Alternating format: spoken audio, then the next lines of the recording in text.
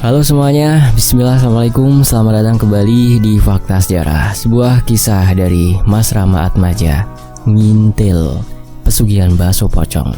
Ini dia selengkapnya di Fakta Sejarah.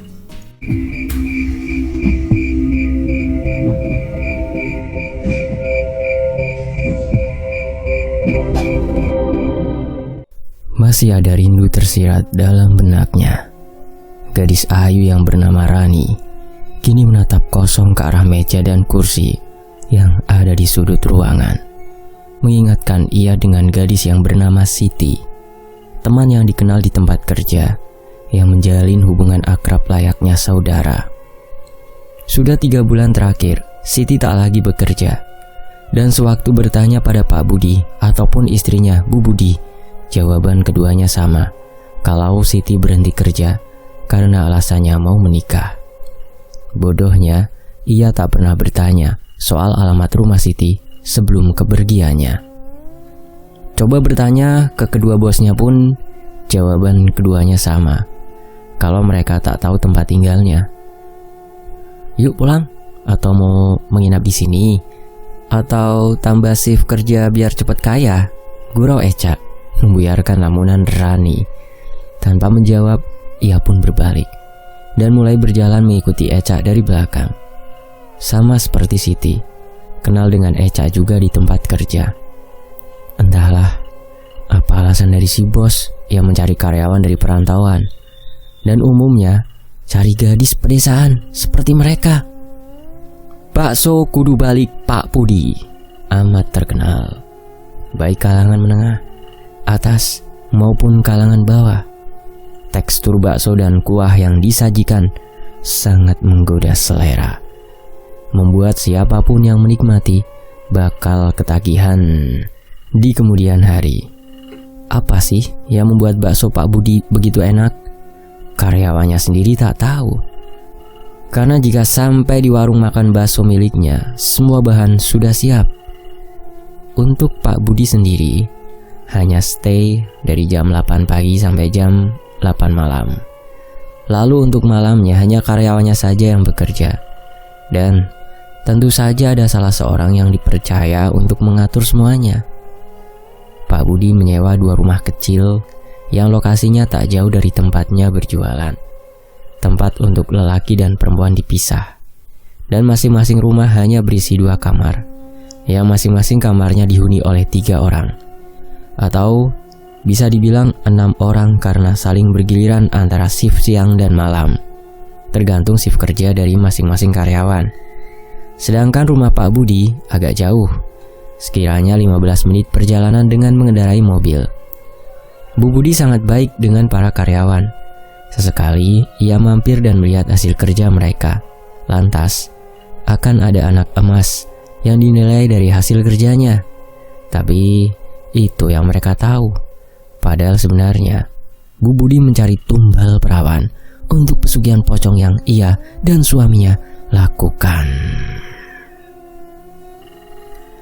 Sampai di depan kamar, alangkah terkejutnya 2 gadis ini melihat ada seorang gadis tengah tiduran di kamar mereka. Rani dan Eca langsung paham. Tapi mereka sangat menyayangkan kalau Siti tidak bekerja lagi dengan mereka. Ya, tidak lain dan tidak bukan kalau gadis yang tengah tiduran tersebut adalah pegawai baru yang menggantikan Siti. Sang gadis yang awalnya tertidur seketika terbangun kala terdengar suara pintu kamarnya dibuka dan langsung menghadapkan posisi tubuhnya yang masih berbaring ke arah 2 gadis lain yang masuk ke dalam kamar. "Baru pulang ya Mbak?" sapa gadis itu dan langsung duduk. "Iya, kamu baru? Datang jam berapa?" tanya Eca sambil meletakkan tas genggam ke dalam lemari. "Baru tadi sore Mbak, sebelum Mbak Lucy, Ratih dan Mega berangkat shift malam," jawab gadis itu dengan senyum senang. "Oh, kamu kenal sama mereka?" Eca kembali bertanya dan langsung duduk di sebelah gadis tersebut.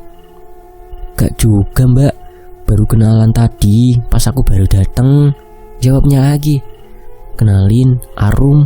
Kalau mbak-mbak ini siapa namanya?"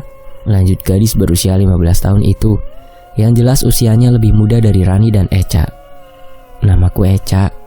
Kalau yang lagi duduk di depan meja sambil melamun, namanya Rani. Eca memperkenalkan diri sambil menunjuk ke arah Rani yang membelakangi keduanya.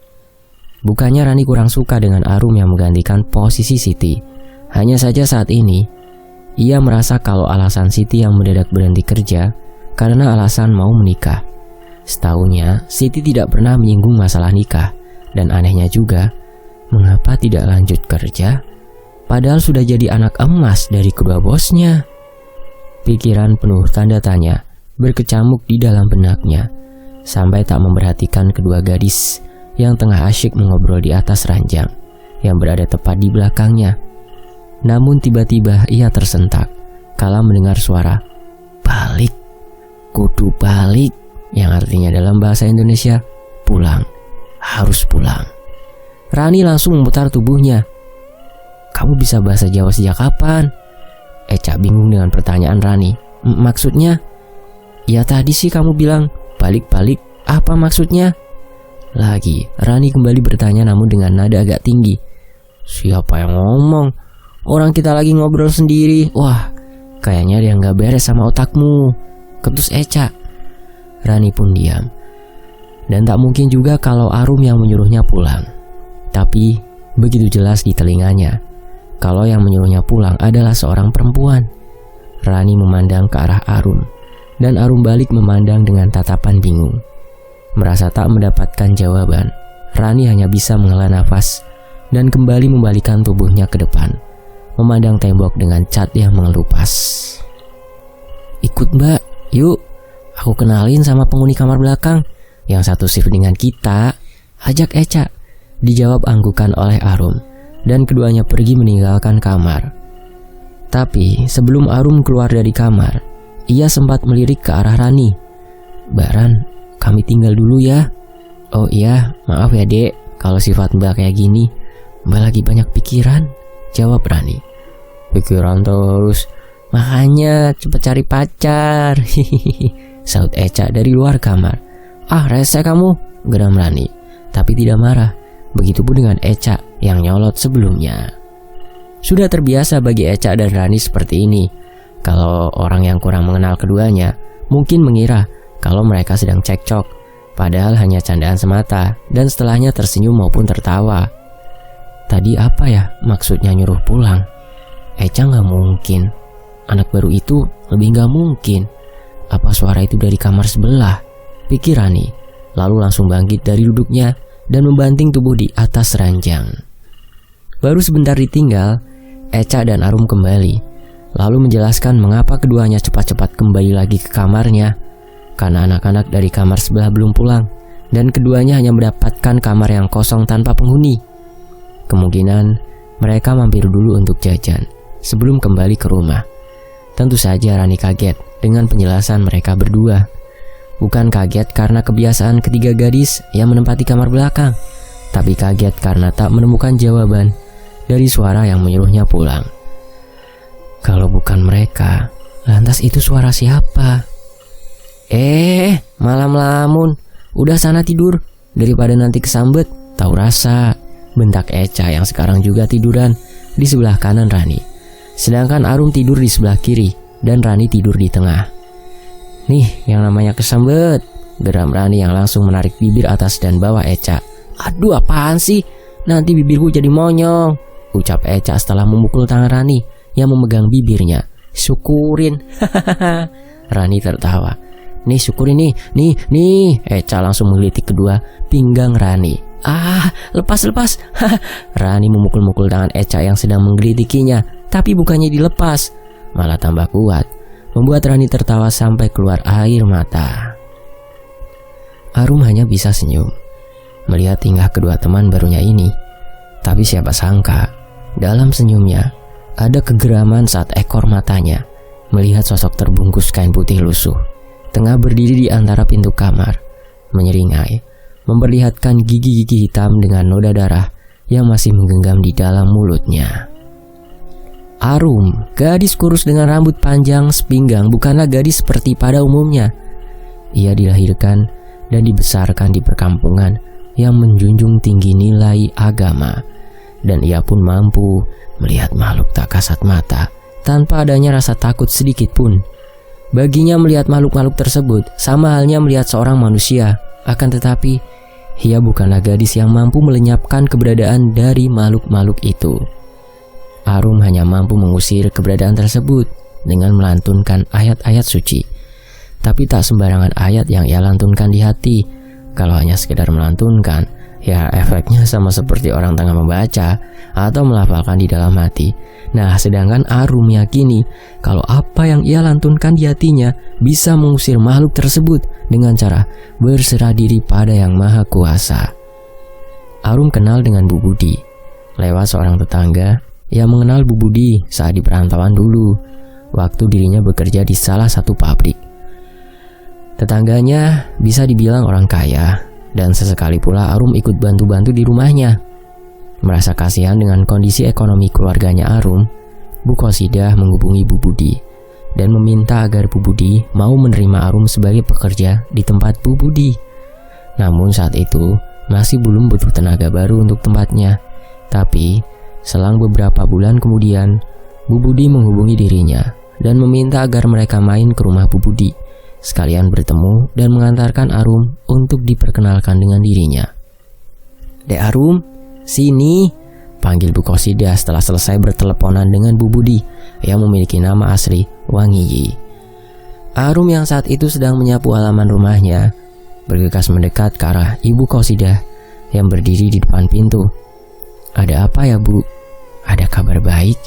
Teman Ibu yang punya usaha bakso sedang butuh karyawan. Nah, Arum bisa bantu-bantu di sana," jelas Bu Qasidah. Tentu Arum bingung dengan apa yang diucapkan tetangganya ini. Tak pernah sekalipun ia meminta agar dicarikan pekerjaan. Tapi sekarang meminta agar dirinya mau bekerja di mana itu? Ya tak tahu.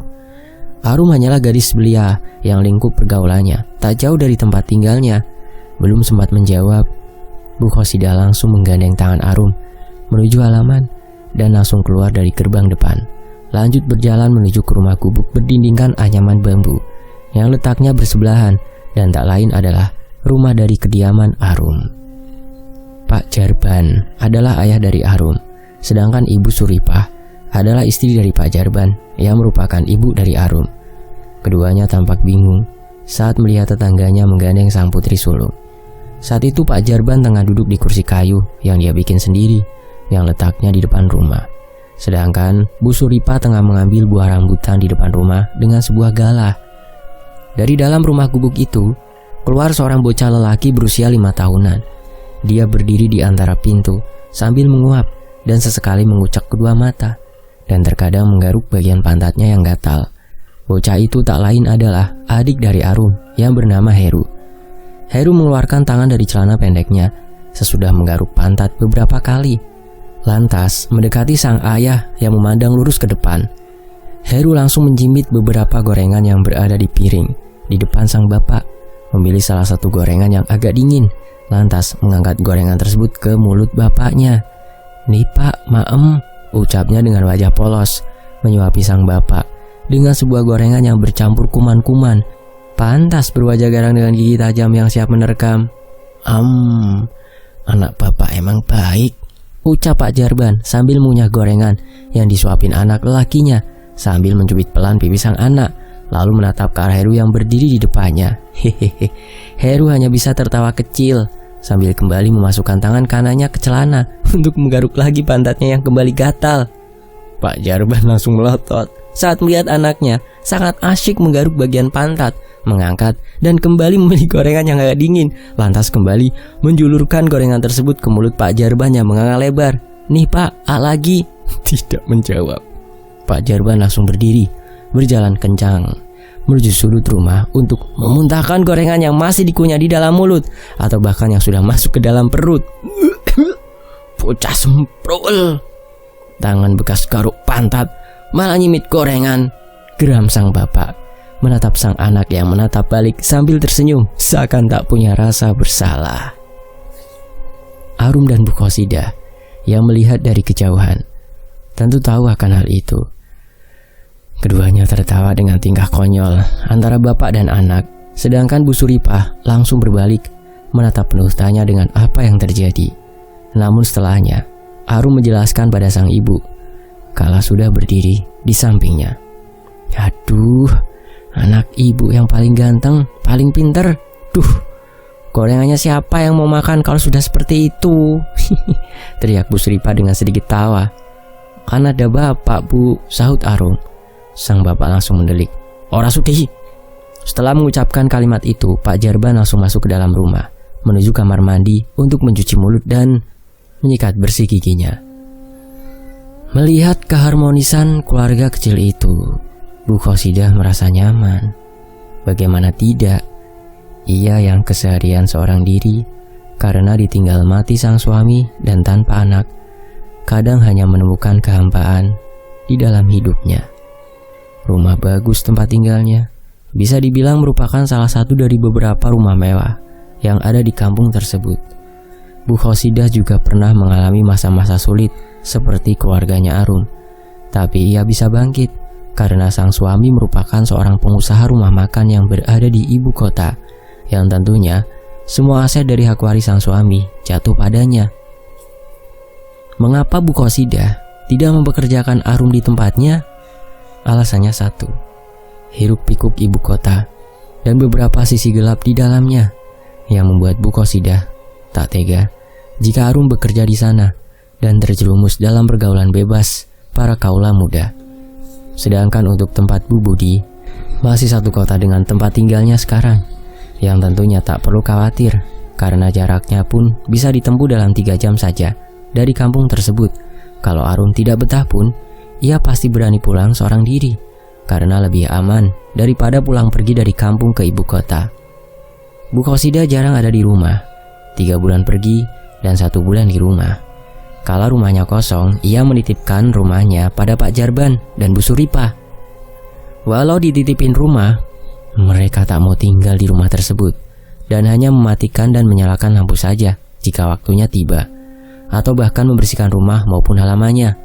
Tentu saja, semua itu tidaklah gratis, karena Bu Qasidah selalu memberikan gaji pada Bu Suripa setiap bulannya. Gaji yang tidak seberapa, yang cukup untuk mencukupi keseharian keluarga kecil tersebut. Bukannya Bu Qasidah pelit, tapi tetangganya ini tak mau jika mendapatkan upah yang lebih, karena takut kalau terbiasa, malah ada rasa kekurangan yang berujung saling merugikan. Kembali ke tentang Arum. Arum hanya tamatan sekolah dasar, dan ia tak mau lanjut sekolah. Bukan masalah orang tuanya tidak bisa menyekolahkan putri sulungnya itu, tapi itu adalah kehendak dari Arum sendiri, yang sering dirundung oleh teman sekelas, karena kelebihannya bisa melihat makhluk astral. Kebanyakan orang tak percaya dengan apa yang disampaikan oleh Arum, bahkan mengira Arum tak waras, karena sering ngobrol seorang diri. Sedangkan kedua orang tuanya yang sedari dulu tahu akan kemampuan anaknya itu, yang menjadikan alasan kalau Arum tak mau lanjut bersekolah, menyuruh Arum untuk merahasiakan akan kemampuannya tersebut. Walau Arum sudah mengiyakan, tapi tetap saja ia tak ingin lanjut bersekolah dan memilih bantu-bantu keluarganya di rumah. Itulah mengapa kalau Arumlah yang sekarang membantu pekerjaan rumah Bu Qasidah menggantikan sang ibu, sedangkan Pak Jarban mengais rezeki dengan menjadi tukang becak. Kalau Arum bekerja di tempat temannya, itu jelas akan menambah penghasilan bagi keluarga kecil tersebut, dan Bu Suripa pun akan kembali menggantikan Arum. Namun yang jadi masalah, apakah Arum dan keluarganya setuju dengan usulan tersebut? Setelah menjelaskan usulan tersebut pada keluarga yang sudah ia anggap seperti keluarga sendiri itu, respon mereka langsung cepat dan sangat mempercayai Bu Qasidah tanpa ada rasa ragu. Tapi sebaliknya, keputusan tersebut diserahkan pada Arum. Arum awalnya bingung mau menjawab apa. Ia masih diam sambil memikirkan. Akan ada suatu pengalaman yang membuatmu tahu apa arti dari hidupmu selama ini.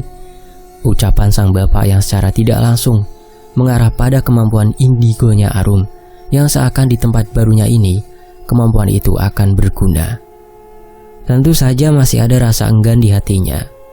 Tapi dari kata-kata sang bapak tersebut yang mengandung arti mengarah ke arah kelebihannya, Arum pun mengiyakan dan mungkin akan berguna di tempat baru tersebut. Mendapat jawaban Arum, ketiga orang dewasa ini langsung meneteskan air mata. Bukan air mata sedih karena akan ditinggal pergi merantau oleh Arum, tapi air mata bangga akan keputusan gadis yang masih polos tersebut. 3 hari kemudian, setelah semua sudah siap, keduanya pun berangkat. Bu Qasidah juga sekalian berangkat ke ibu kota, jadi bisa sekalian mampir ke rumah temannya untuk menitipkan Arum yang akan bekerja di tempat temannya tersebut, yang merupakan satu rute. Sesampainya di rumah Bu Wangiyi, istri dari Pak Budi, Bu Qasidah mengenalkan Arum padanya, lalu ketiganya pun berbincang sampai sore tiba. Setelah itu, Bu Qasidah pamit untuk melanjutkan perjalanannya menuju ibu kota, sedangkan Bu Wangiyi langsung mengantarkan Arum ke rumah kontrakan di mana para pekerja menginap, dan setelahnya langsung pulang. Arum belum mengetahui tempat kerjanya, dan di sisi lain pula, Pak Budi belum tahu kalau istrinya sudah mendapatkan karyawan baru untuk langsung bekerja esok harinya. Bu Wangiyi akan menyampaikan hal itu jika suaminya pulang nanti. Sekarang kita kembali ke adegan saat Arum ada di kamar di dalam rumah yang dikontrak Bu Wangiyi dan Pak Budi. Selang beberapa menit setelah pocong itu menghilang, terdengar langkah kaki dan obrolan yang diiringi tawa dari seorang perempuan yang tidak lain adalah mereka dari para penghuni di kamar belakang. Melihat ketiga gadis itu melintas di depan kamar, Echa langsung memanggil ketiganya, menyuruh mereka masuk dan memperkenalkan Arum pada mereka. Neni, Yuni, dan Winda. Ketiga gadis itu langsung menuruti ucapan cewek super bawel dan judes. Siapa lagi kalau bukan Echa? Ingin rasanya bilang nanti juga kenal di tempat kerja, tapi dampaknya malah ketiga gadis itu akan diberondong oleh ucapan Echa, yang seakan apa yang keluar dari mulutnya mengandung peluru AK-47 yang siap menghujam ke arah mereka. Singkatnya, setelah pengenalan dan saling mengobrol antara mereka bertiga, keduanya langsung terlelap. Padahal masih di tengah obrolan, Arum yang mendapati teman sekamarnya mendadak tidur hanya bisa tersenyum, karena pikirnya Rani dan Echa sangat kelelahan akibat bekerja.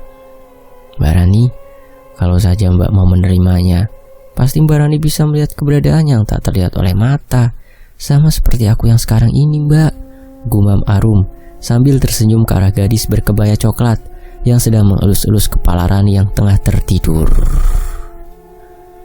Azan subuh berkumandang.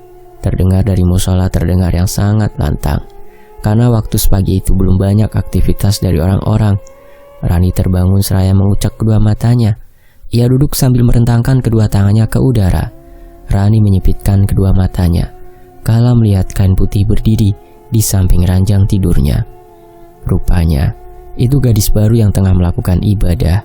Rani senyum melihat Arum yang sedang sholat di dalam kamar mereka. Tak seperti Arum, Rani bangun hanya untuk buang air besar yang ia lakukan secara rutin setiap pagi menjelang, lantas mandi dan mencari sarapan. Beda dengan Ica, ia masih tidur dan santai-santai saja. Tapi giliran pukul 6, ia disibukkan dengan aktivitas paginya sebelum berangkat. Echa bisa dibilang malas bangun awal, karena kalau bangun, ia memilih tidur lagi sampai jam menunjukkan pukul 6. Ia lebih memilih sibuk di akhir waktu sebelum berangkat daripada bangun awal dan menyiapkan semuanya dengan santai. Kala itu PDAM belum masuk ke desa tersebut. Hanya beberapa desa saja yang dekat dengan pusat kota yang sudah teraliri air dari PDAM. Sehingga sebelum mandi maupun buang air, mereka harus menimba air dulu di sumur yang berada di depan kamar mandi rumah itu. Kamar mandi berada di belakang rumah, berjarak 50 meter dari pintu belakang. Sedangkan sumur jaraknya sekitar 15 meteran dari pintu belakang rumah tersebut. Masih di tengah kantuk, Rani mulai menimba air dari sumur untuk dimasukkan ke dalam ember besar yang lumayan berat baginya jika diisi dengan penuh. Jadi, Rani hanya mengisi setengahnya saja dan langsung dituangkan ke dalam bak mandi berukuran 1x1 meter yang tentunya akan habis untuk ia seorang. Begitupun yang lain, jika ingin memakai kamar mandi, mereka wajib menimba air terlebih dahulu. Tapi kalau kebelet, ya terpaksa masuk ke kamar mandi dulu dan sisa air yang sedikit dipakai untuk bilas. Setelahnya baru ambil air untuk menyiram WC. WC dan kamar mandi tidak terpisah alias satu tempat, jadi bisa dipakai untuk buang air dan juga mandi. Nah, di belakang kamar mandi yang hanya berjarak 5 meteran merupakan pepohonan yang rimbun, tinggi, dan besar. Baru sekali ia mengisi kamar mandi, Rani hendak mengisi lagi karena air dalam ember sudah diisi setengahnya. Tapi saat melihat kamar mandi seperti ada kepala seseorang sedang mengintip dari belakang kamar mandi. Yah, mau ngintip ya? Siapa sih? Iseng banget, gumamnya, seolah tak tahu jika ada seseorang yang hendak mengintip kamar mandi dari belakang. Rani pura-pura tidak tahu dan terus mengangkat ember besar tersebut, lantas mengisi bak dan langsung mengambil segayung air. Lantas disiramkan ke arah angin-angin berukuran 30 x 50 cm di atas WC. Mampus! Ucapnya setengah teriak, lantas berlari keluar dari kamar mandi, memutar untuk melihat bagian belakang. Setelah sampai di belakang kamar mandi, Rani mematung. Ia tak mendapati seseorang pun di sana. Jikalau orang tersebut lari, pastinya ada jejak kaki di tanah agak becek tersebut, yang memang tanahnya agak basah karena hujan beberapa hari yang lalu. Mungkin perasaanku aja, gumamnya lantas kembali memutari kamar mandi dan melanjutkan menimba air lagi. Paling sampai 4 atau 5 kali bolak-balik, bak mandi sudah terisi penuh. Lagi Rani melakukan hal yang sama, dan saat bak mandi hampir penuh, yang hanya kurang setengah ember lagi-lagi ia melihat seperti ada siluet kepala seorang keluar dari balik tembok belakang kamar mandi. Kali ini Rani langsung meninggalkan ember yang hendak diangkat dan berlari menuju siluet kepala yang nongol tersebut. Tapi kejadian yang sama terjadi karena saat ia berlari mendekat, kepala itu langsung kembali masuk dan anehnya sangat jelas kalau kepala tersebut bukan dari belakang kamar mandi, tapi masuk melalui samping kamar mandi. Rani sangat jelas melihatnya, karena hanya berjarak beberapa meter saja. Ia hanya diam, bingung dengan apa yang terjadi, apalagi bagian atas siluet kepala tersebut terbungkus kain putih layaknya pocong. Rani takut dan langsung mundur beberapa langkah, tapi punggungnya menabrak sesuatu. Seperti tubuh seorang perempuan, tapi dengan dada agak datar. "Sedang apa, Mbak?" ucap suara dari belakang yang jelas mengagetkannya. "Arum, kamu ngagetin aja," bentak Rani saat melihat yang ada di belakang ternyata adalah Arum. Arum tak menjawab teriakannya. Ia hanya tersenyum, menatap. "Iya sudah Mbak, aku temenin," seru Arum sambil berjalan meninggalkan Rani yang masih terdiam, menuju kursi panjang yang ada di sebelah kiri dari pintu belakang, yang tak jauh dari sumur, yang memang berada di sebelah kiri juga. Sedangkan kamar mandi berada agak ke sebelah kanan dari pintu belakang. Tanpa menjawab, Rani kembali ke sumur untuk mengambil ember dan langsung membawanya masuk ke dalam kamar mandi untuk melakukan aktivitas paginya. Bukan tanpa alasan Arum melakukan hal tersebut, karena ia tahu sosok pocong itu seakan mengikuti Rani. Tapi ia tak tahu alasan pocong tersebut mengikuti Rani, hingga sosok pendamping Rani langsung duduk di sebelahnya. Makhluk pesugihan itu cukup kuat, usianya jauh lebih tua dariku, ucap sosok itu yang sudah duduk di sebelahnya. Arum diam, bingung harus berbuat apa. Ia pun baru kali pertama mendengar kata pesugihan, tak tahu arti dari kata tersebut. Pikirnya kalau pocong tersebut merupakan sosok penunggu rumah ini. Arum masih bingung, karena baru pertama kalinya ia diajak komunikasi oleh makhluk astral. Masih belum menjawab, tapi sosok yang ada di sebelahnya kembali berucap, "Ki, cucu Aki memang berbeda dengan gadis lain." Arum yang melihat sosok itu agak menunduk sambil melirik ke arah belakangnya, segera melihat ke belakang, tapi tidak melihat siapapun di belakangnya. Arum mengernyitkan dahi, bingung dengan siapa makhluk itu berbicara dan siapa cucu yang disebut dari sosok yang duduk di sebelahnya. Sosok perempuan cantik itu kembali melihat ke depan, melihat ke arah kamar mandi sambil mengibaskan selendang yang ada di pinggangnya. "Oh begitu ya Ki, jadi cucu aku ini belum bisa melihat Aki." Merasa aneh dan lama-kelamaan bikin merinding, Arum segera berdiri, berjalan mendekati kamar mandi. Tapi baru sampai di depan pintu kamar mandi, ia langsung berucap dengan nada setengah teriak, "Bau banget sih Mbak." "Iya, kemarin habis makan jengkol," balas Rani dari dalam kamar mandi yang saat itu sedang membuang rudal dari dalam perutnya. Arum mundur beberapa langkah, lalu berbalik arah melihat ke belakang. Tapi sosok perempuan yang duduk di sampingnya barusan sudah tidak ada. "Mencariku?" Terdengar suara yang tiba-tiba ada di sebelah kirinya. Tanpa menjawab, Arum langsung berjalan cepat meninggalkan tempat itu sambil teriak, "Mbak, aku tinggal ya." "Lah, siapa juga yang menyuruhmu menemani?" Leganya," jawab Rani dari dalam kamar mandi. Setiawati, nama sosok perempuan cantik yang mendampingi Rani. Tapi Rani belum melihat sosok tersebut. Ia bukanlah sosok yang bisa kalah dengan sosok pocong tersebut. Tapi ia merendahkan dirinya karena ada Ki Aji Cahyo Sukmo yang sedang berdiri di sebelah Arum. Alasan Setiawati bisa berkomunikasi dengan Arum karena Ki Aji Cahyo Sukmo jugalah yang mengizinkan hal itu dan sedikit membuka hijab antara keduanya. Tapi Ki Aji belum ingin membuka hijab antara dirinya dan Arum karena ada alasan tersendiri baginya. Ki Aji Cahyo Sukmo sudah berada di samping Arum semenjak ia bayi. Itulah mengapa dari kecil Arum bisa melihat makhluk astral. Dan jika ia takut akan membaca doa dan tentu saja ada perantara Ki Aji Cahyo Sukmo, jugalah mengapa makhluk yang mengganggu keturunannya itu langsung pergi. Untuk sosok Setiawati sendiri, sebenarnya wujud aslinya Wewe Gombel. Dan alasan ia ada di samping Rani karena sudah menganggap Rani sebagai anaknya, atau bisa dibilang anak angkat dari sosok yang bisa berubah wujud menjadi cantik tersebut. Sewaktu Rani baru berusia beberapa hari, di atas genteng rumahnya ada sosok kuntilanak jadi-jadian yang siap menghisap saripati Rani. Kuntilanak itu masuk dan menggendong Rani mungil yang sudah siap ia hisap saripati kehidupannya.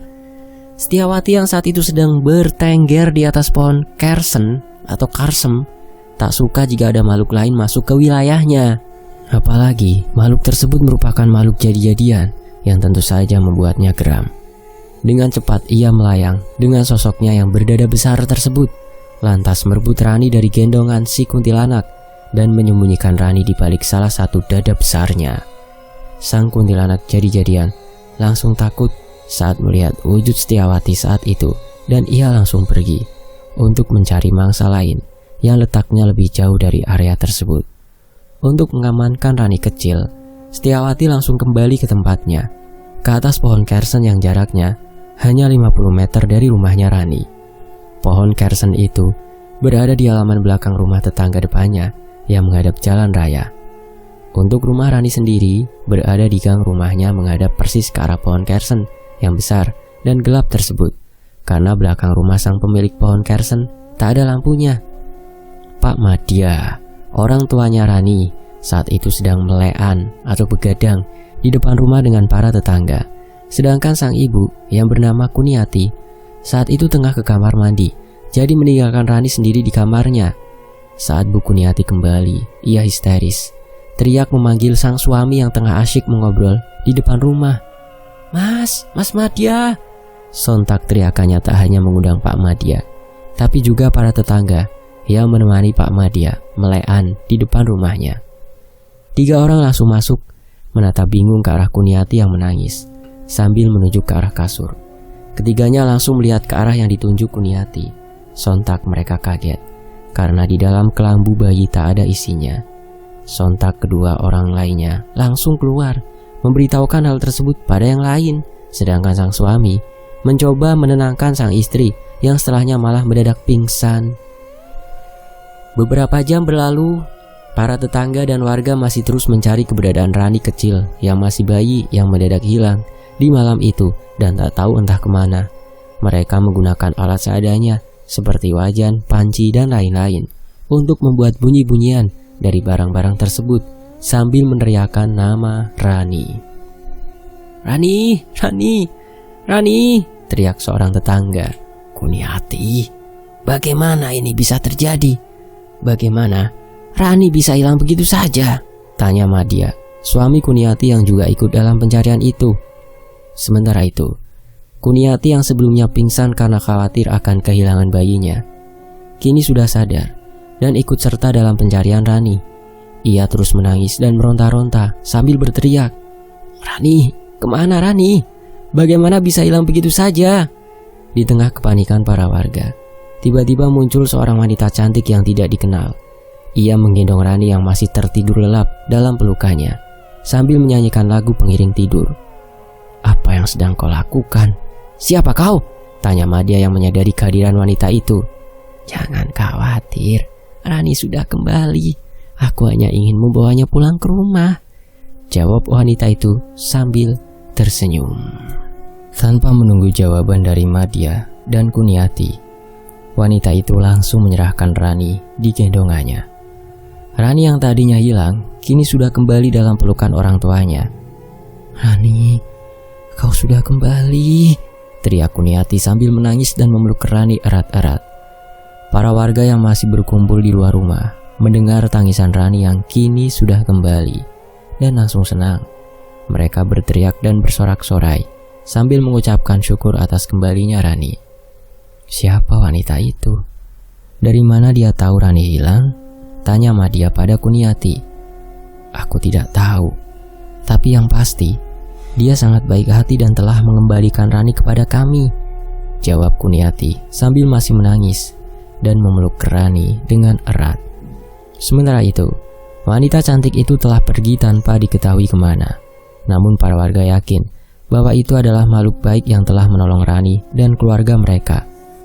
Mereka berterima kasih atas kebaikan yang telah dilakukan oleh wanita itu dan berharap agar Rani selalu dalam perlindungan Tuhan. Kuniati dan Madya berterima kasih atas dukungan dari para tetangga dan warga yang telah ikut serta dalam pencarian Rani. Mereka pun membawa Rani dan masuk ke dalam rumah untuk beristirahat. Di dalam rumah, Rani yang sekarang sudah kembali dalam pelukan ibunya tertidur nyenyak. Sementara Madya duduk di samping ranjang sambil menatap Rani dengan senyum ceria dan penuh rasa syukur. Para warga yang berada di luar rumah dan masih penasaran akan sosok perempuan cantik tersebut terus memperhatikan langkah kakinya yang berjalan menyusuri gang sempit nan gelap. Mereka terkejut ketika melihat perempuan itu tiba-tiba hilang begitu saja. Apa ini mungkin hantu? Bagaimana dia bisa menghilang begitu saja di depan mataku? Ucap seorang warga yang masih terkejut. "Aku takut, aku segera pulang," kata yang lain sambil berlari menuju rumahnya. "Tunggu, jangan khawatir. Itu pasti hanya ilusi mata saja. Mungkin dia hanya melompat ke atas genteng rumah," ucap seorang tetangga yang berusaha meyakinkan yang lain. "Iya, mungkin dia hanya seorang atlet lompat tinggi yang sedang latihan di malam hari," ucap seorang warga lain sambil tertawa. "Atau mungkin dia seorang superhero yang sedang menyelamatkan dunia dari kejahatan," ucap yang lain sambil juga tertawa. "Atau mungkin dia hanya seorang penari tari modern yang sedang menari di atas atap rumah," ucap yang lain sambil terkekeh sambil mencairkan suasana. Para warga yang masih ada di tempat itu tertawa terbahak-bahak mendengar cakapan konyol dari rekan-rekannya. Mereka merasa lega dan tenang setelah dapat melepaskan rasa cemas dan takut yang sebelumnya mereka rasakan. "Baiklah, sekarang kita kembali ke rumah masing-masing. Besok akan menjadi hari kerja yang sibuk lagi," ucap seorang tetangga yang merupakan kepala desa. "Ya, benar. Selamat malam semua dan terima kasih sudah ikut serta dalam pencarian Rani," ucap yang lain. Para warga pun kembali ke rumah masing-masing sambil masih tertawa dan bercakap-cakap tentang kejadian aneh yang baru saja terjadi. Mereka merasa lega dan tenang setelah Rani selamat kembali ke pelukan orang tuanya. Namun, mereka juga tetap penasaran tentang siapa sebenarnya perempuan cantik yang telah menolong Rani dan mengembalikan dia ke tempat asalnya. Mereka berharap dapat bertemu dengannya lagi dan berterima kasih atas bantuannya. Namun, sepertinya hanya Tuhan yang tahu siapa dia sebenarnya dan apa tujuan dari kehadirannya di desa mereka. Para warga pun berdoa agar Rani selalu dalam perlindungan Tuhan dan berharap agar tidak ada kejadian aneh lain yang terjadi di desa mereka. Ya, perempuan cantik yang bernama Setiawati itu kembali terbang dan duduk di atas salah satu dahan pohon kersen. Ia mengambil nafas dalam-dalam, lalu merubah wujudnya menjadi sosok wewe gombel dengan kedua bagian dada yang panjang dan tergelantur ke bawah. Ia menatap ke bawah ke arah desa yang sepi dan tenang di mana Rani dan keluarganya sedang tertidur pulas. Aku harus selalu waspada. Ada banyak makhluk halus jahat yang mencium aroma harum dari tubuh Rani. Mereka akan berusaha untuk mendekat dan mencelakai Rani, ucap Setiawati dalam hati. Ia kembali mengingat saat-saat di mana ia mengangkat Rani menjadi anak angkatnya dan berjanji untuk selalu menjaga dari bahaya. Ia siap untuk melindungi Rani, bahkan berani bertarung dengan para sosok jahat yang mengancam Rani. Aku akan selalu di sini, Rani. Aku akan selalu menjagamu dan melindungimu dari segala bahaya, ucap Setiawati sambil tersenyum. Di bawah sana, desa yang sepi dan tenang terus berlalu. Namun, Setiawati tetap setia di atas pohon kersen, menjaga Rani dari segala kejahatan yang mungkin datang. Malam yang sepi dan mencekam itu tidak lagi menakutkan baginya, karena ia tahu bahwa Rani selalu aman dan selamat di bawah perlindungannya. Rani yang masih bayi ini lahir pada hari sakral, yang merupakan hari kelahiran yang membawa aroma harum yang kuat pada seorang bayi. Banyak makhluk halus yang ingin memiliki bayi seperti Rani, karena aroma harum yang dibawanya dapat memberikan kebahagiaan dan kekuatan tak terbayangkan bagi mereka. Namun, ada juga makhluk halus yang ingin melindungi Rani, seperti Setiawati. Aku tahu bahwa Rani ini adalah bayi yang lahir pada hari sakral. Aroma harum yang dibawanya sangat kuat dan menarik perhatian makhluk halus jahat. Namun aku tidak akan membiarkan mereka mendekat dan merugikan Rani, ucap Setiawati dengan tegas. Ia bertekad untuk melindungi Rani dan menjaganya dari segala bahaya. Ia siap untuk bertarung dan mengalahkan makhluk halus jahat yang mengancam Rani. Setiawati ingin membuat Rani tumbuh menjadi anak yang sehat, cerdas, dan dilindungi dari segala ancaman dari makhluk halus jahat. Inilah alasan Setiawati mengikuti Rani hingga dewasa. Ia selalu berada di sisi Rani, melindungi dan menjaganya dari segala bahaya. Namun pada suatu hari, Setiawati mendapat peringatan dari makhluk lain bahwa Rani sudah ditandai sebagai tumbal oleh seorang dukun sakti yang memberikan pesugihan pocong pada Pak Budi, bosnya Rani. Setiawati merasa ragu dengan kemampuannya untuk melindungi Rani dari makhluk berbungkus putih yang mengerikan itu. Ia tidak takut dengan pocong tersebut, tapi di belakangnya ada majikan yang lebih kuat dan mengerikan, yaitu dukun sakti yang memberikan pesugihan tersebut. Namun, saat ia bertemu dengan Ki Aji Cahya Sukmo, seorang pendamping gaib yang akan membantunya untuk melepaskan Rani dari jerat pesugihan tersebut, Arum, seorang gadis yang mempunyai makhluk pendamping bernama Ki Aji, yang ingin ikut membantu Setiawati dalam melindungi Rani. Setiawati merasa senang dan siap menghadapi pertempuran gaib yang akan mereka hadapi di kemudian hari agar Rani dapat bebas dari jerat pesugihan tersebut. Setiawati menyadari bahwa pertempuran gaib yang akan mereka hadapi tidak akan mudah. Tapi ia bertekad untuk melakukan segala cara untuk melindungi Rani. Ia akan berjuang dengan sekuat tenaga, bahkan dengan nyawanya sendiri, agar Rani dapat hidup dengan tenang dan bebas dari jerat pesugihan yang mengancam. Aku akan selalu berada di sisi Rani. Aku akan melindungi dan menjaganya dari segala bahaya. Aku tidak akan membiarkan Rani terjebak dalam jerat pesugihan tersebut. Aku akan berjuang dengan sekuat tenaga, bahkan dengan nyawaku sendiri, ucap Setiawati dengan tegas. Ia berharap dengan bantuan Ki Aji Cahya Sukmo dan Arum, mereka dapat mengalahkan dukun sakti yang mengancam Rani.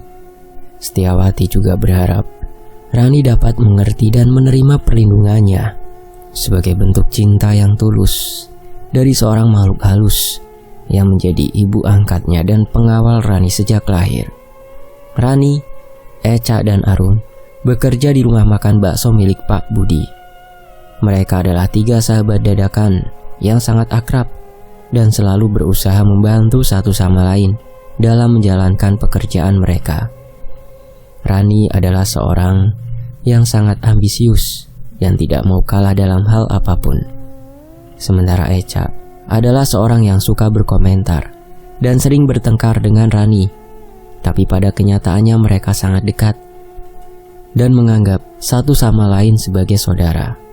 Arum adalah seorang yang pendiam dan hanya akan berbicara jika ada yang mengajaknya berbicara.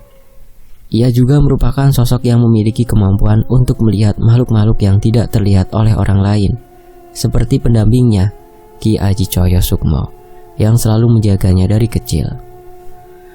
Di rumah makan bakso mereka bekerja, ternyata terdapat banyak pocong yang dimiliki oleh Pak Budi. Rani, Eca, dan Arum tidak tahu apa-apa tentang hal ini, sampai suatu hari mereka menemukan 3 makhluk yang terbungkus kain putih di tempat jualan mereka. Mereka sangat kaget dan tidak tahu harus berbuat apa, tapi mereka tidak ingin memberitahukan hal ini kepada Pak Budi karena takut dikeluarkan dari pekerjaan.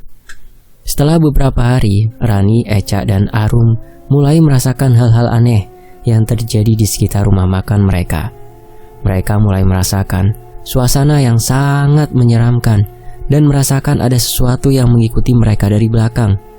Mereka juga mulai merasakan sakit di tubuh mereka dan merasa sangat lelah setiap hari. Pada suatu hari, Rani menemukan sebuah buku tentang pesugihan pocong yang bosnya lakukan. Begitu detail, sampai nama korban dan ritual juga tertulis di buku harian tersebut, yang tak sengaja ia temukan saat membersihkan ruangan milik Pak Budi. Dan ia mulai merasa bahwa makhluk-makhluk yang ditemukannya beberapa hari yang lalu adalah pocong yang digunakan dalam pesugihan oleh Pak Budi. Rani, Eca, dan Arum sangat khawatir dan tidak tahu harus berbuat apa.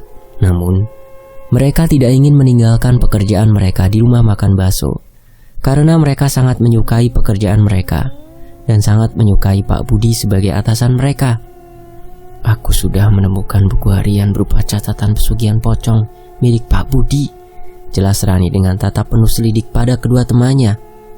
Apa kau yakin? Bagaimana kau tahu itu adalah buku harian pesugihan pocong milik Pak Budi? Tanya Eca dengan suara gemetar. Aku yakin.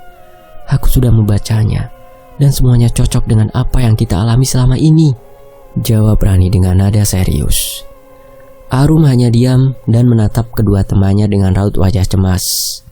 Ia merasakan kehadiran Ki Aji Cahya Sukmo yang sangat kuat saat itu. Kita harus berbuat sesuatu. Ini sangat mengerikan, ujar Eca dengan nada panik. Kita tidak bisa meninggalkan pekerjaan kita di sini, tapi kita juga tidak bisa diam saja dan terus menderita, tambah Rani dengan suara berat. Aku akan berusaha mencari solusi, ucap Arum dengan suara rendah. Tapi bagaimana kita bisa mengatasinya tanpa mengungkapkan hal ini pada Pak Budi? Tanya Eca. Kita harus berpikir keras dan bekerja sama, jawab Rani dengan tegas. Atmosfer di sekitar rumah makan menjadi semakin mengerikan dan mistis. Suasana yang sebelumnya ramai dan ceria kini menjadi sepi dan dingin. Rani, Eca, dan Arum merasakan ada sesuatu yang mengikuti setiap gerak-gerik mereka dan merasakan adanya kehadiran makhluk-makhluk yang tidak terlihat oleh mata telanjang. Mereka berusaha keras untuk mengatasi masalah ini tanpa mengungkapkan hal ini pada Pak Budi, tapi mereka tidak tahu bagaimana cara mengatasinya. Kesibukan mereka di rumah makan juga menjadi semakin berat karena mereka selalu merasa lelah dan sakit. Namun mereka berusaha untuk tetap tegar dan bekerja dengan baik. Mereka berharap dapat menemukan solusi untuk masalah ini secepat mungkin sebelum keadaan semakin buruk. Setelah beberapa hari, Rani yang selama ini melihat sosok pocong dan membaca catatan itu sedikit demi sedikit agar tidak diketahui oleh Pak Budi, menemukan namanya sudah dicatat oleh Pak Budi sebagai tumbal selanjutnya setelah Siti. Rani yang membaca bagian itu langsung gemetar ketakutan. Peluh pun mulai bercucuran dan perlahan menaruh buku itu ke laci dan segera keluar dari ruangan kantor Pak Budi sebelum Pak Budi datang. Rani mulai merasa cemas. Ia tidak mau menjadi tumbal yang dipergunakan Pak Budi dalam pesugihan pocong. Ia pun memutuskan untuk mengatakan pada Eca dan Arum mengenai hal ini. Eca, Arum, aku harus memberitahukan sesuatu padamu, kata Rani dengan nada serius. Apa itu? Tanya Eca dengan penasaran. Sebenarnya, aku sudah ditandai sebagai tumbal Dan aku merasa tidak mau menjadi tumbal yang dipergunakan Pak Budi dalam pesugihan pocong, jelas Rani dengan suara berat. Itu artinya kita harus segera mengatasi masalah ini sebelum terlambat, tegas Arum. Arum baru paham akan arti tumbal dan pesugihan setelah Rani menjelaskannya padanya. Ia sangat khawatir akan kondisi Rani yang sudah ditandai sebagai tumbal dan ingin segera mengatasi masalah ini. Ia pun meminta bantuan pada Setiawati, makhluk penjaga Rani, untuk dapat berinteraksi dengan Ki Aji Cahyo Sukmo, pendampingnya sendiri. Melalui kontak batin, Setiawati menjelaskan kepada Arum tentang Ki Aji dan bagaimana cara untuk berinteraksi dengannya. Namun Ki Aji masih belum membuka hijabnya, sehingga Arum masih belum dapat melihatnya. Setiawati memberikan Arum beberapa cara untuk dapat berkomunikasi dengan Ki Aji dan menjelaskan bahwa Ki Aji akan selalu berada di samping Arum untuk melindungi dan membantunya. Arum dan Setiawati pun bekerja sama untuk mencari solusi dari masalah yang dihadapi Rani. Mereka berusaha keras untuk menemukan cara menghilangkan tumbal dari Rani dan menghentikan pesugihan pocong yang dilakukan oleh Pak Budi. Mereka berkoordinasi dengan Ki Aji dan Setiawati untuk mencari tahu lebih banyak tentang pesugihan pocong dan cara untuk mengatasinya. Di sisi lain, Rani, Eca, dan Arum tetap bekerja di rumah makan bakso dengan sebaik mungkin. Mereka berusaha untuk menjaga kondisi mental dan fisik mereka sebaik mungkin, sambil menunggu solusi dari masalah yang dihadapi. Suasana di sekitar rumah makan semakin mengerikan dan mistis, tapi mereka berusaha untuk tetap tegar dan bekerja dengan baik. Mereka berharap dapat menemukan solusi untuk masalah ini secepat mungkin sebelum keadaan semakin buruk. Di minggu-minggu terakhir, setiap harinya Rani semakin disayang oleh kedua bosnya. Gajinya juga naik selama 3 bulan terakhir, dan dia sering diminta untuk menemani salah satu bosnya, Bu Budi, untuk berbelanja. Bu Budi selalu membelikan pakaian baru dan mengajak Rani ke restoran mewah. Perlakuan ini tidak jauh berbeda dengan yang diterima oleh Siti sebelum dia pulang. Namun, Siti tidak pernah kembali lagi karena dia dijadikan tumbal oleh orang-orang yang sekarang baik padanya. Suatu hari, Rani diberitahu bahwa dia akan mendapat cuti. Walau awalnya dia menolak, tapi kedua bosnya memaksanya dan bahkan ingin mengantar Rani pulang. Rani pun menuruti kemauan mereka dan pulang. Bu Budi, aku tidak yakin apakah aku perlu cuti sekarang, kata Rani. Tidak apa-apa Rani, kamu layak untuk istirahat sejenak, jawab Bu Budi sambil tersenyum. Tapi aku tidak ingin pergi sendirian, Rani menambahkan. Tidak apa-apa, Eca dan Arum akan menemanimu, jawab Bu Budi. Rani pun menuruti keinginan kedua bosnya dan pulang bersama Eca dan Arum.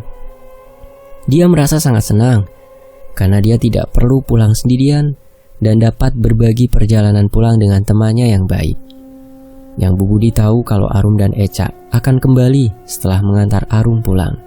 Tapi sampai esok harinya, kedua gadis itu tidak ada di tempat kerja dan tidak ada di kontrakan. Seluruh barang mereka pun sudah tak ada. Ya, Arum dan Eca memilih kabur daripada harus berlama-lama kerja di tempat yang sewaktu-waktu akan merenggut nyawa mereka. Keduanya sekarang tinggal di rumah Rani untuk sementara waktu sampai masalah tersebut terselesaikan. Dan tentu saja tanpa sepengetahuan keluarga Rani, karena mereka takut kalau tahu Rani akan dijadikan tumbal. Justru semuanya akan semakin runyam. Malam penjemputan pun tiba. Di kamar yang ditinggali oleh Rani, Eca, dan Arum, tampak sangat jelas sosok pocong yang menghampiri dan hendak mengambil nyawa Rani. Eca yang awalnya tidak bisa melihat sosok pocong, kini dapat melihat makhluk-makhluk itu dengan jelas. Seakan ada sesuatu yang membuka hijab antara dua dimensi di matanya. Setiawati, makhluk penjaga Rani, tidak akan membiarkan hal tersebut terjadi. Ia langsung menghadapi ketiga pocong itu dengan tegas. Ini adalah pertama kalinya bagi Arum untuk melihat Ki Aji Cahyo Sukmo, yang juga ikut berperang melawan para pocong. Ki Aji yang selama ini hanya bisa dipercayai oleh Arum, kini membuka hijab yang menyembunyikan sosoknya dan menunjukkan kekuatannya dalam melawan para pocong. Energi negatif yang dibawa oleh para pocong sangat terasa di sekitar mereka. Suasana menjadi sangat panas dan mengerikan. Arum merasakan hawa panas yang sangat menyengat dari energi negatif yang dibawa oleh para pocong. Ia juga dapat melihat sosok Setiawati yang sangat berbeda dari biasanya saat ia menghadapi para pocong. Setiawati yang selama ini selalu ramah dan baik hati, kini menunjukkan sosok yang sangat keras dan tegas, seakan ia siap untuk berperang demi melindungi Rani. Perang antara makhluk halus terjadi di depan mata mereka. Rani dan Echa, yang sebelumnya tidak mengerti tentang dunia makhluk halus, kini dapat melihat dengan jelas bagaimana Setiawati dan Ki Aji berjuang melawan para pocong. Suara desis dan teriakan dari para pocong menambah kesan kengerian yang semakin menyelimuti ruangan itu. Namun, Setiawati dan Ki Aji berhasil mengalahkan para pocong dan menyelamatkan nyawa Rani. "Terima kasih Mama Setiawati, Ki Aji, kalian berdua sungguh hebat," ucap Rani dengan suara lelah. "Kami hanya melakukan tugas kami sebagai penjaga kalian," jawab Setiawati dengan senyum. "Kami akan selalu ada untuk melindungi kalian," tambah Ki Aji Cahyo Sukmo. Setelah pertempuran itu, Rani, Echa, dan Arum merasa sangat lega dan senang karena mereka selamat dari ancaman pocong yang mengancam nyawa Rani. Mereka merasa sangat berhutang budi kepada Setiawati dan Ki Aji yang telah berjuang keras untuk melindungi mereka. Setelah malam itu, Rani, Echa, dan Arum memutuskan untuk tidak lagi bekerja di rumah makan bakso milik Pak Budi dan mencari pekerjaan lain yang lebih aman. Mereka juga memutuskan untuk menjauhi pesugihan pocong dan tidak lagi terlibat dengan hal-hal yang berbau mistis dan mengerikan. Mereka bertekad untuk hidup normal dan menjalani kehidupan yang lebih baik. Sementara itu, di sisi lain, Santi bekerja keras selama beberapa bulan di ruko bakso milik Pak Budi dan Bu Budi. Ia diangkat menjadi karyawan tetap dengan gaji yang lebih baik dari sebelumnya, sehingga ia dapat membantu ekonomi keluarganya dengan lebih baik. Namun ia tidak mengetahui bahwa Pak Budi dan Bu Budi melakukan pesugihan untuk menjadi kaya raya dengan menawarkan tumbal, yaitu seorang yang masih perawan yang dipekerjakan di ruko bakso tersebut. Santi yang dipekerjakan justru menjadi tumbal yang dijanjikan oleh kedua pasangan tersebut. Santi merasa senang dan berterima kasih pada Pak Budi dan Bu Budi karena telah memberinya kesempatan untuk bekerja dengan gaji yang lebih baik. Ia bekerja dengan sungguh-sungguh di ruko bakso itu sambil menghirup aroma bakso yang menyegarkan. Namun ia tidak menyadari bahwa ia sedang diawasi oleh kedua pasangan itu. Ia merasa tidak nyaman dengan tatapan mereka yang selalu mengikutinya. Suatu hari, Santi mendengar Pak Budi dan Bu Budi berbicara tentang pesugihan yang mereka lakukan. Ia merasa kaget dan takut saat mendengar bahwa ia adalah calon tumbal yang dijanjikan oleh kedua pasangan tersebut. Ia merasa tidak enak saat bekerja di ruko bakso itu dan selalu merasa diperhatikan oleh kedua pasangan tersebut. Ia merasa geram dan kesal pada kedua pasangan itu yang tidak jujur. Santi merasa tidak aman di ruko bakso milik Pak Budi dan Bu Budi setelah ia mengetahui bahwa keduanya melakukan pesugihan dengan menawarkan tumbal, yaitu seseorang yang masih perawan yang dipekerjakan di ruko bakso tersebut. Ia memutuskan untuk mengundurkan diri dari pekerjaan di ruko bakso itu dan kembali ke kampung halamannya.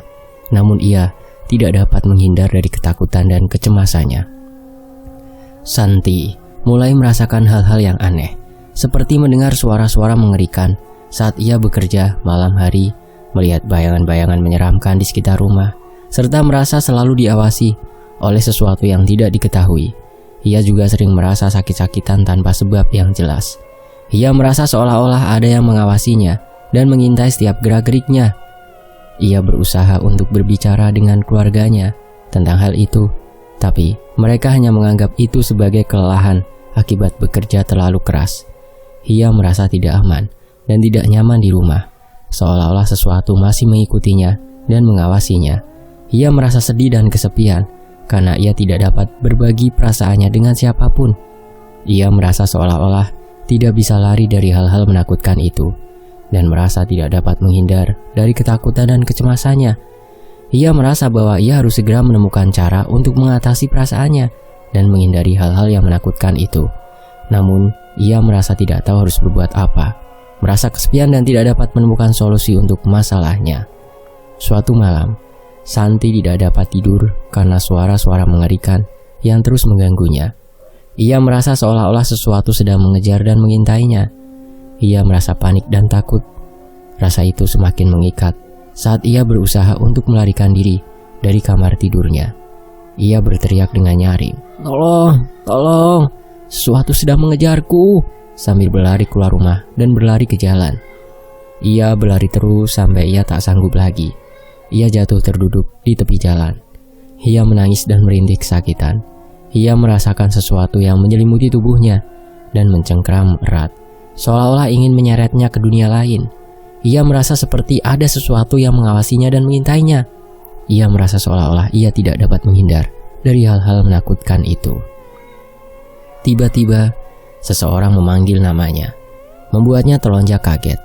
Ia melihat ayahnya yang sedang berdiri di depannya dengan wajah khawatir. Ayahnya mengangkatnya dan mengajaknya ke masjid untuk berdoa dan meminta perlindungan. Di masjid, Santi merasa seperti ada suasana yang berbeda, suasana yang tenang dan damai seakan menyelimuti seluruh ruangan. Ia merasakan rasa aman dan damai yang menyelimuti dirinya. Ia berdoa dengan tekun dan merenung, berharap agar semua kegelisahan dan ketakutannya akan hilang selamanya. Setelah selesai berdoa, Santi merasa lebih baik. Ia merasa seolah-olah beban yang selama ini ia rasakan sudah hilang dan ia merasa lebih tenang. Ia kembali pulang dengan perasaan yang lebih baik dan berharap agar tidak akan mengalami hal yang sama lagi. Ayahnya memberikan penegasan bahwa santai saja, kita tidak sendirian, Allah selalu ada di samping kita, memberikan keyakinan pada Santi.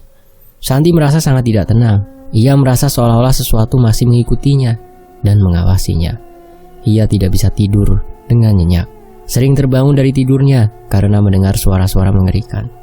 Ia juga sering melihat bayangan-bayangan menyeramkan di sekitar rumah. Rasa takutnya semakin menjadi-jadi. Ia berusaha untuk tidak memikirkan hal itu dan fokus pada keluarganya. Namun ia merasa seolah-olah sesuatu masih mengikutinya dan mengawasinya. Ia merasa bahwa sosok pocong yang ingin menjadikannya tumbal tidak akan mau melepaskan Santi semudah itu. "Ayah, aku merasa tidak aman lagi. Sosok itu masih mengikutiku. Suara-suara itu masih terdengar di telingaku," ujar Santi dengan suara bergetar pada ayahnya. Ayahnya menatap Santi dengan khawatir. Ia merasakan aroma ketakutan yang sangat kuat dari putrinya. Ia berusaha untuk menenangkan Santi dengan mengatakan, "Anakku, jangan takut. Kita akan berdoa dan meminta perlindungan kepada Allah. Dia selalu ada di samping kita," jawab ayahnya dengan lembut. Namun Santi merasa tidak tenang. Ia merasa harus berbuat sesuatu untuk melepaskan diri dari sosok pocong yang mengintainya. "Ayah, aku ingin mencari bantuan dari seseorang yang lebih berpengalaman dan berilmu tentang hal-hal mistis seperti ini," ujar Santi dengan tekad. Ayahnya mengangguk setuju. "Baik, kita akan menemui Ustadz. Dia adalah seorang yang ahli dalam masalah-masalah mistis dan spiritual." Santi merasa sedikit lega dengan jawaban ayahnya. Ia berharap bahwa Ustadz akan bisa membantunya melepaskan diri dari sosok pocong yang mengintainya. Ia bergegas bangun dari kursi dan bergerak keluar rumah bersama ayahnya. Mereka berjalan menuju masjid yang letaknya tidak jauh dari rumah. Santi merasa amat sangat takut. Ia merasakan gerakan-gerakan aneh dari bayangan-bayangan yang mengikutinya. Namun ia berusaha untuk tidak berpikir terlalu jauh dan fokus pada tujuannya saat ini, yaitu menemui Ustadz. Saat mereka tiba di masjid, Santi merasakan suasana yang berbeda dari biasanya. Udara di sekitar masjid terasa lebih dingin dan suram. Santi merasakan aroma melati yang menyelimuti seluruh masjid. Ia merasakan aroma yang sangat khas.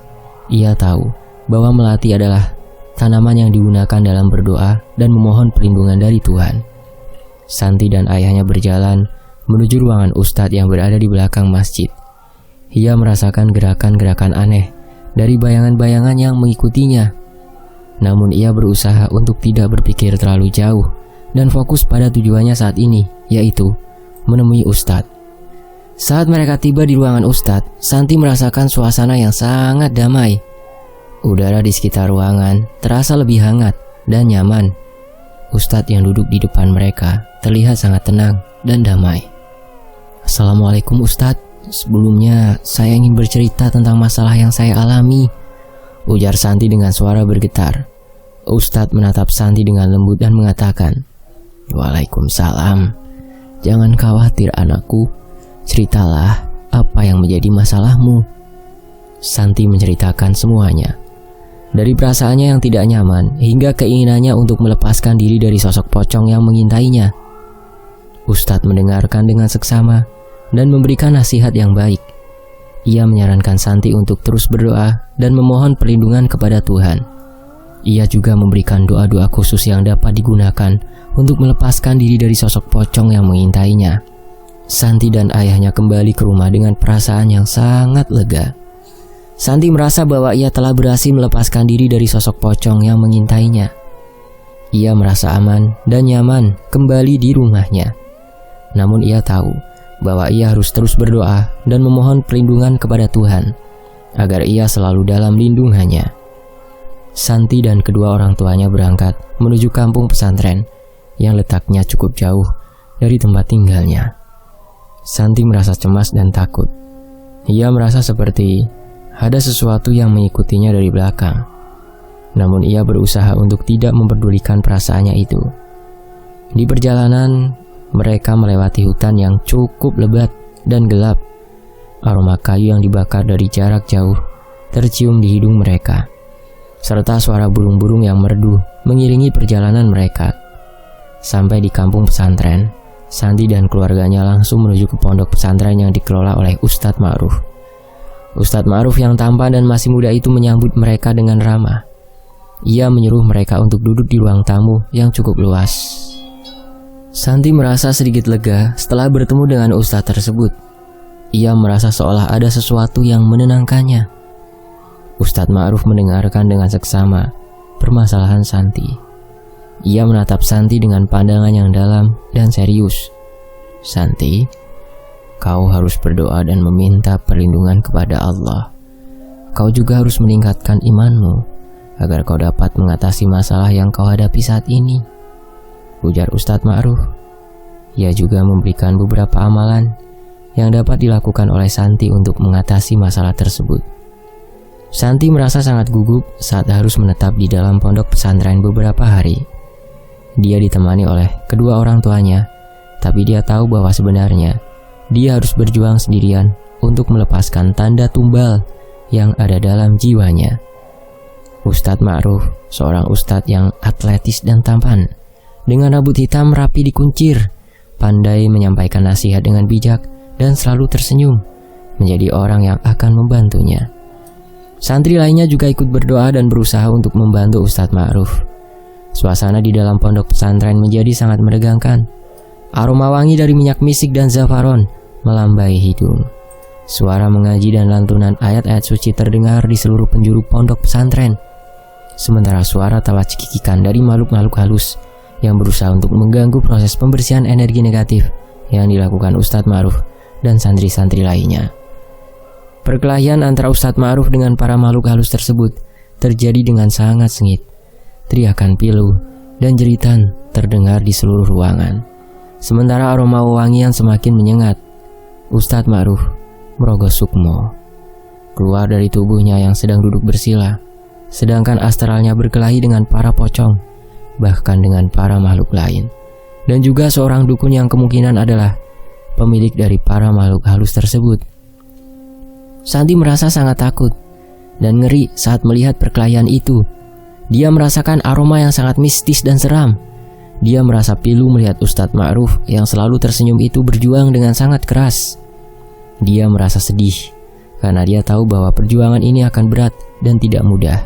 Namun, dia juga merasa berharap bahwa Ustadz Ma'ruf akan berhasil melepaskan tanda tumbal yang menempel pada jiwanya. Santi merasa sangat lega dan bersyukur setelah Ustadz Ma'ruf berhasil melepaskan tumbal yang menempel pada jiwanya. Dia merasa sangat berterima kasih kepada Ustadz Ma'ruf dan santri-santri lainnya yang telah membantunya. Setelah mengalami perjuangan yang berat, dia merasa seperti telah mengalami kesembuhan yang luar biasa. Alhamdulillah, akhirnya aku bebas dari tanda tumbal yang menempel pada jiwaku. Terima kasih Ustadz Ma'ruf dan teman-teman yang telah membantu dan mendukungku, ucap Santi dengan suara yang masih bergetar. Ustadz Ma'ruf menatap Santi dengan senyum lembut. Sekarang kau bebas dari tumbal yang menempel pada jiwamu. Santi, tetap berusahalah untuk meningkatkan iman dan berdoa kepada Allah agar selalu dilindungi dari segala macam godaan. Santi memutuskan untuk menimba ilmu di pondok pesantren tersebut. Ia mengikuti berbagai kelas dan pelatihan yang ditawarkan oleh Ustadz Ma'ruf dan santri-santri lainnya. Dia merasa sangat senang dan meningkatkan ilmu dan imannya dengan baik. Santi, kau telah mengalami perjuangan yang berat, namun kau berhasil melewati semuanya dengan baik. Sekarang kau harus terus meningkatkan ilmu dan imanmu, ucap Ustadz Ma'ruf dengan senyum lembut. Santi merasa sangat berterima kasih kepada Ustadz Ma'ruf dan santri-santri lainnya yang telah membantunya. Ia merasa bahwa perjuangan yang dialami selama ini adalah sebuah anugerah dari Allah yang membuat dia menjadi lebih kuat dan bijak dalam menghadapi segala macam permasalahan. Dia bertekad untuk terus belajar dan meningkatkan ilmu dan imannya di pondok pesantren. Santi sangat antusias dalam mengikuti berbagai kelas dan pelatihan di pondok pesantren tersebut. Ia sangat menikmati proses belajarnya dan merasa sangat bersyukur atas kesempatan yang diberikan kepadanya. Waktu berlalu, Santi menemukan cinta dalam hidupnya, yaitu Ustadz Ma'ruf sendiri yang telah menolongnya. Mereka menikah dan hidup bahagia di pondok pesantren tersebut. Santi merasa sangat beruntung dapat menjadi bagian dari keluarga besar pondok pesantren yang begitu harmonis. Suasana di pondok pesantren itu sangat damai dan tenang dengan aroma dupa yang terbakar yang menyegarkan. Dia dan Ustadz Ma'ruf menjalani hidup yang sederhana dan fokus pada pengembangan diri spiritual dan intelektual. Santi merasa tidak pernah merasa lebih baik daripada saat ini. Ia merasa diterima dan dicintai oleh keluarga barunya di pondok pesantren. Dan ia senang dapat belajar dan berkembang sebagai manusia dan muslim yang lebih baik. Namun, Santi tidak lupa akan pengalamannya yang sebelumnya di ruko bakso. Ia menyadari bahwa ia pernah menjadi salah satu calon tumbal dalam pesugihan yang dilakukan oleh Pak Budi dan Bu Budi. Ia merasa bersalah karena tidak menyadari hal itu sebelumnya dan bertekad untuk mengambil tindakan untuk mencegah hal yang sama terjadi pada orang lain. Ia mulai berbicara dengan Ustadz Ma'ruf dan santri-santri lainnya tentang pentingnya menghentikan praktik-praktik yang merugikan orang lain dan berusaha untuk menyebarluaskan pengetahuan tentang hal ini di masyarakat. Santi menemukan tujuan dalam hidupnya dan merasa bahagia dan bermanfaat dalam melakukannya. Setelah pertempuran gaib yang mengerikan malam itu, tiba-tiba ada berita mengejutkan yang menyebar di kota. Pak Budi dan Bu Budi ditemukan tewas terpanggang dalam kebakaran yang menimpa rumah mereka. Penyebab dan musabab kebakaran itu tidak diketahui pasti. Beberapa orang menyebutkan bahwa itu adalah tanda dari azab yang didapat oleh kedua pasangan itu karena melakukan pesugihan yang merugikan orang lain. Sedangkan sang dukun yang telah dikalahkan oleh Ustadz Ma'ruf dalam pertempuran gaib itu ditemukan meninggal dalam keadaan mengenaskan di rumah gubuknya. Mata sang dukun terlihat mendelik dan mulutnya terbuka lebar mengeluarkan cairan busuk dan darah hitam. Beberapa orang yang datang untuk mengecek keadaannya mengeluhkan bau tidak sedap yang sangat menyengat di sekitar rumah gubuk tersebut. Kejadian ini membuat masyarakat kaget dan merasa takut. Banyak yang berdoa dan meminta perlindungan kepada Allah dari kejahatan yang dilakukan oleh orang-orang seperti Pak Budi, Bu Budi, dan sang dukun. Santi dan Ustadz Ma'ruf mengambil inisiatif untuk membuat kampanye untuk meningkatkan pengetahuan masyarakat tentang bahaya dari pesugihan dan praktik-praktik gaib yang merugikan orang lain. Mereka berusaha untuk memberikan penjelasan yang jelas dan menyediakan solusi alternatif bagi mereka yang mengalami kesulitan ekonomi atau masalah lainnya. Mereka juga bekerja sama dengan pemerintah dan organisasi-organisasi masyarakat untuk meningkatkan kesadaran tentang masalah ini. Santi juga berkomitmen untuk terus belajar dan meningkatkan imannya. Ia juga menjadi pengajar di pondok pesantren yang sama. Ia berharap bahwa dengan berbagi ilmu dan pengetahuan yang ia miliki ia dapat membantu orang lain untuk menghindari kesalahan yang sama yang pernah ia lakukan dan untuk menemukan jalan yang benar dalam hidup. Sebagai peringatan, sampai saat ini dukun, Pak Budi, dan Bu Budi dikatakan masih mengambang di lingkungan rumah dan ruko mereka yang dulunya. Mereka dikatakan masih terus mengejar korban-korban baru untuk dijadikan tumbal pesugihan mereka. Pemandangan rumah dan ruko yang dulunya meriah kini menjadi sepi dan menakutkan. Dikunjungi hanya oleh orang-orang yang berani atau yang memiliki keberanian yang tinggi. Kerap kali terdengar suara-suara mengerikan, teriakan pilu serta jeritan dari rumah dan ruko tersebut, tangisan dan emosi yang menyelimuti lingkungan tersebut. Beberapa orang yang berani mendekat melaporkan bahwa mereka merasakan hawa dingin dan aroma busuk yang menyengat dari rumah dan ruko tersebut.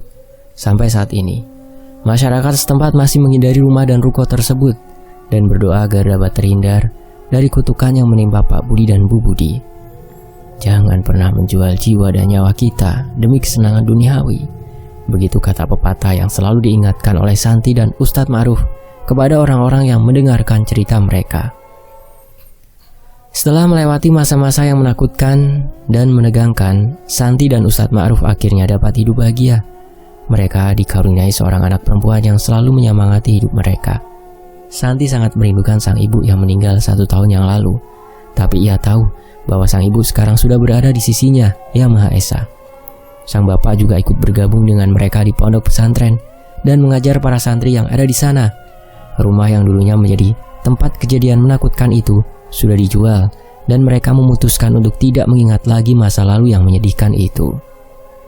Santi dan Ustadz Ma'ruf menikmati hidup mereka yang penuh dengan kasih sayang, kebahagiaan, dan keimanan yang kokoh.